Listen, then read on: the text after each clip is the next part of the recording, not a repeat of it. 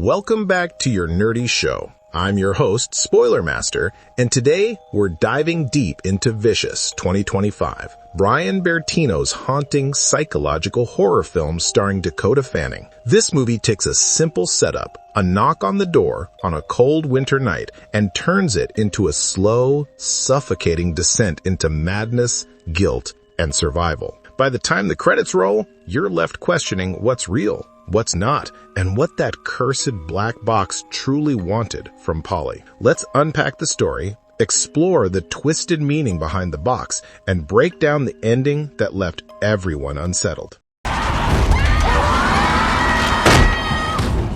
The loneliness that lured the evil. At its core, Vicious isn't just a horror movie about a supernatural curse. It's about a woman drowning in loneliness, guilt, and exhaustion. Polly's life is falling apart in quiet, invisible ways. Her kitchen sink is overflowing, her plants' houses are dead, and she can't seem to show up for the people who still care about her. Her sister Lainey calls, her mom reminds her about her interview forms, and her pottery classes are paid for but never attended. Polly isn't just disorganized, she's deeply unwell. She's grieving, disconnected, and living on autopilot. So when an old woman knocks on her door one night, shivering in the cold and asking for a glass of water, Polly's fragile world begins to crack. That woman, played chillingly by Katherine Hunter, seems harmless at first, until she leaves behind a mysterious black box and a sand timer. Her only warning to Polly, don't talk about it to anyone. Play the game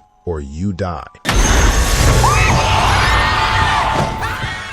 The curse of the box. The moment the old woman leaves, Polly's nightmare begins. The box isn't just an object, it's alive. It speaks through voices, manipulates her phone calls, and warps her reality. When Polly calls her mother to explain what happened, it turns out she isn't speaking to her mother at all. She's already in communication with the evil inside the box. The rules are simple, yet horrifying. Polly must feed the box 3 things: something she hates, something she needs, and something she loves. At first, she tries to cheat. She tosses a cigarette pack inside, thinking it counts as something she hates. But the box spits it back out. The spirits know the truth. Polly doesn't really hate smoking. It's not about the act of quitting. It's about being honest with herself. The box isn't just collecting random items. It's forcing her to confront her own pain, her guilt, and the lies she tells herself. Going to happen to Allie? I didn't call you. Yes, you did. The first offering, something she hates. This part cuts deep because it forces Polly to revisit her father's death. Through painful flashbacks and memories, we learn that Polly's father died of cancer. She and her father prayed every night for a miracle, and when it didn't come, she turned that grief into hatred, not just toward God, but toward herself. In a haunting scene, Polly coughs up a small key, the key to the drawer where her father's photos and crucifix are kept. That cross was something sacred to him. To Polly, it became a symbol of betrayal. When she drops the crucifix into the box, it accepts it immediately. The evil isn't random, it feeds on repressed pain. By making Polly offer what she truly hates, it's forcing her to relive her trauma. I got my fucking toe off! Take it, please! The second offering, something she needs. This is where Vicious turns from supernatural horror into something viscerally disturbing. The box demands something Polly needs, and this time, it doesn't mean a material object. Polly realizes too late that the box wants part of her body, her vitality, her will to survive. Following the same path as the cursed old woman, she chops off a toe and later a finger to satisfy it. The sand timer pauses for moments, but never stops. Every time she bleeds, the box seems to want more.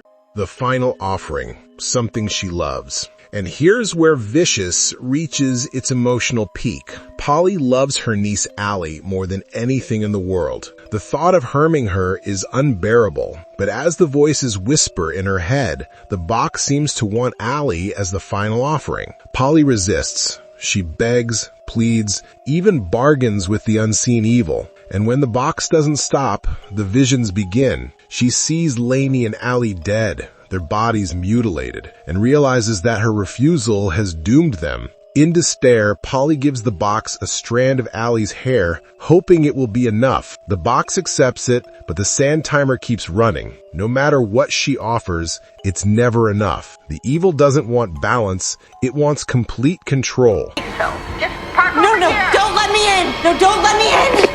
Fuck!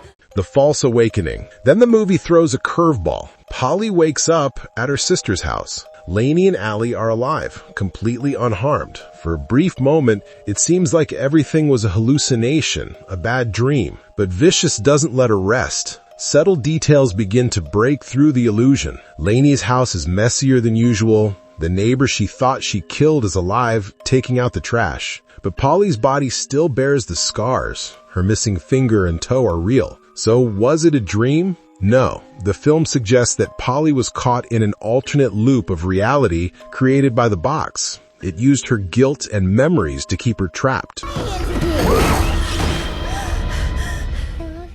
The box returns. Believing she's free, Polly tries to move on, but she soon realizes the box isn't done with her. Just like the old woman before her, Polly tries to break the curse by passing the box to someone else. She knocks on a random door and meets Tara, a young woman who looks like a mirror image of who Polly used to be, anxious, lonely, and uncertain. Polly warns her, but Tara's terrified and refuses to believe her. She kicks her out. For a moment, Polly thinks she's escaped, but when she gets home, the box is waiting. The sand timer still runs. The truth hits her like a punch. The curse can't be passed on. The box chooses its victims, and once it does, there's no escape. This isn't happening! This isn't happening! No! I won't! The old woman's fate. The old woman returns disfigured, one eye gone, desperate to end her suffering. She attacks Polly, convinced that killing her will finally satisfy the box. But the struggle ends with Polly overpowering her, and the old woman dies in her home, grateful, almost relieved. Her final words reveal the truth. She didn't randomly choose Polly. The box guided her there. It doesn't spread through chance. It seeks out broken people, those drowning in regret and self-loathing. It feeds on their despair, turning their pain into its sustenance. I loved them! The real escape. When the sand runs out for the final time, Polly doesn't die. She just stands there. The world doesn't end. The voices stop. The box sits silent. Polly realizes something the others never did. The box's power only works when she plays by its rules. It manipulates through fear, guilt, and submission. The only way out is to stop playing. By refusing to give in, Polly breaks the cycle. But she doesn't walk away unscarred. Her body's mutilated, her mind is haunted, and the trauma will never leave her. But she's alive, and for the first time, she feels like she's taken back control of her life. Were Lainey and Allie ever dead? The movie confirms that Lainey and Allie were alive the whole time. The box used hallucinations to manipulate Polly into believing she'd already lost them, to push her into compliance. This is one of Vicious's cleverest narrative tricks. The line between supernatural and psychological horror blurs completely. Did Polly's guilt manifest the box, or did the box exploit her guilt? Either way, the horror becomes personal. And when Polly sees Lainey and Allie again, she finally understands that love isn't weakness. It's what saved her. Are too scary, too risky, so you never feel a connection. You never feel love.